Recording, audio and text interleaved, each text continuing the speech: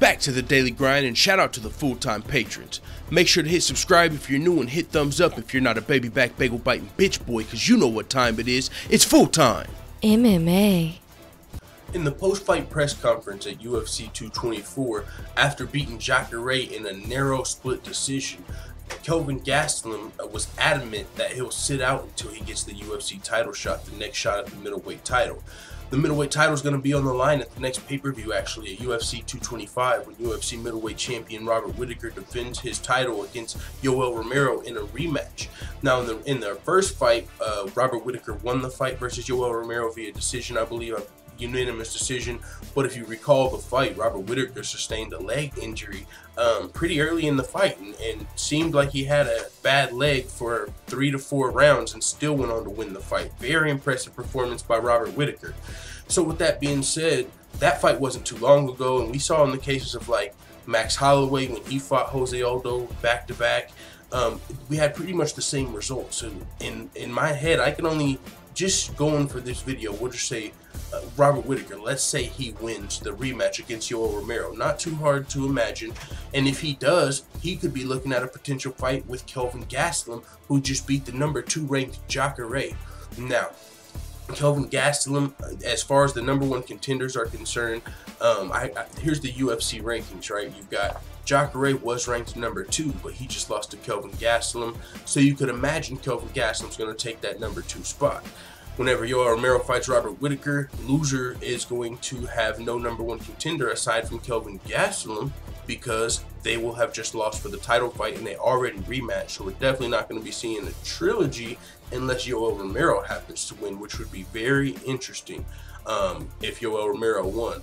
But I really just haven't even considered that. But hey, it could happen, you know what I'm saying? And I don't, it's hard to consider because it's not like the first fight was some fluke first round knockout, and so you're like, man, we didn't really get to see the fight.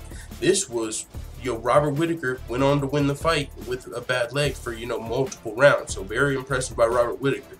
So with that being said, Kelvin Gastelum might be ranked #2, and the other people you see here who you might think are, former middleweight champions that might fight for the title, Luke Rockhold and Chris Weidman. Other than that, there's really no other #1 contenders that Kelvin Gastelum sees, so why wouldn't he wait out for the title shot? You don't even have to wait that long. It's not like he's saying, I'm going to wait 6 months until, I get a good title shot, until it's a good time for me.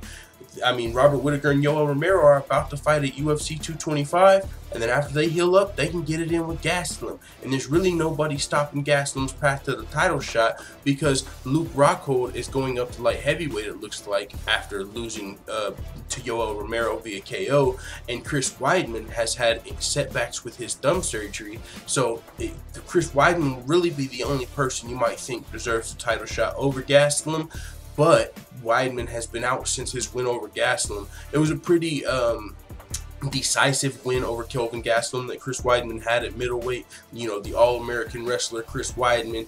But since then, he hasn't been back in the octagon. He's had a thumb injury. He had surgery on it, and then he had a setback, so he's even postponed longer. So Chris Weidman's probably going to be out for a little while, which means who else is there? You got Michael Bisping. He's essentially retired. Derek Brunson. There's no reason to go down when you have Kelvin Gastelum. And Kelvin Gastelum's resume on top, like, he's put in work. Kelvin Gastelum is low-key becoming a legend, and he's only like 26 or 27 years old. He's got wins. Like, he's been on a Legends ass-kicking tour. He fought Tim Kennedy. He fought Vitor Belfort, Michael Bisping, now Jacare.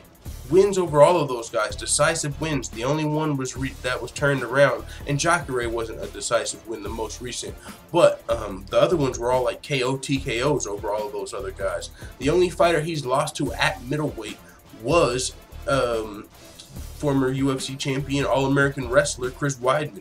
And Chris Weidman, of course, is going to have the size advantage in that fight, and you saw it. Kelvin Gastelum's coming up from middleweight coming up from welterweight doing damage at middleweight, 15 pounds up. Definitely something to be said for that. So Kelvin Gastelum, if you look at his resume, is super impressive, and now it's looking like he's got a clear path to the title shot. Chris Weidman's out with an injury. Rockhold's going up to fight Alexander Gustafsson at light heavyweight. Jacare just lost. Yoel Romero's about to fight for the title. Boom. Then we got Gastelum. So let's talk about a potential Kelvin Gastelum versus Robert Whittaker fight, because there's a very high chance that Robert Whittaker wins the fight versus Yoel Romero, right? And then this is what we would be looking at. Robert Whittaker, check this out. I believe he came from the Ultimate Fighter as well, if I'm not mistaken. But Robert Whittaker, former middleweight, he had a loss at middleweight to Stephen Wonderboy Thompson, if I'm not mistaken, one other one. But since then, Robert Whittaker has been looking great since he moved up to middleweight. He used to fight at 170 welterweight, which is where he lost to Thompson. I didn't want to get the weights confused. I don't know if I said middleweight earlier, but Robert Whittaker used to fight at welterweight. Now he's the middleweight champion. Kelvin Gastelum's a guy that used to fight at welterweight. Now he's about to be fighting for the middleweight title, so that's really impressive from both of these dudes. Robert Whittaker's probably the more natural middleweight, you would say. He's definitely been winning his fights more decisive.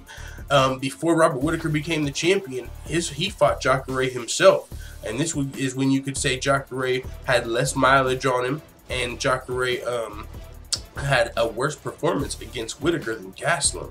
Now, MMA math definitely doesn't always work like that, but Robert Whittaker, he looked amazing against Jacare. Kelvin Gastelum, it was a really close fight. But man, that's how a lot of, Kelvin Gastelum versus Robert Whittaker, I think that's probably what we're going to be looking at sometime in the future. But there could be one monkey wrench thrown that prevents us from that fight, and, prevents Kelvin Gastelum possibly even from a title shot. Like, if this monkey wrench gets thrown in, I don't know what's going to happen. And that would be if Yoel Romero beat Robert Whittaker. If Yoel Romero beats Robert Whittaker, there might be a trilogy, which might mean Gastelum has to wait longer, which might mean by that time, Weidman might be back.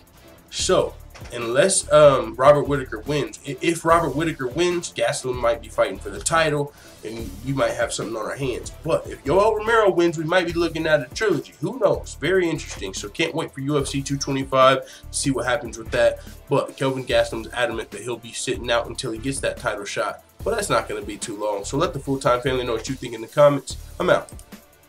And as always, thanks for watching this video. If you enjoyed this video, make sure you hit the subscribe button and also hit the notification bell right next to it so you're notified every time I upload a video. I'm out. Da da da da da. It's the motherfucking DOG.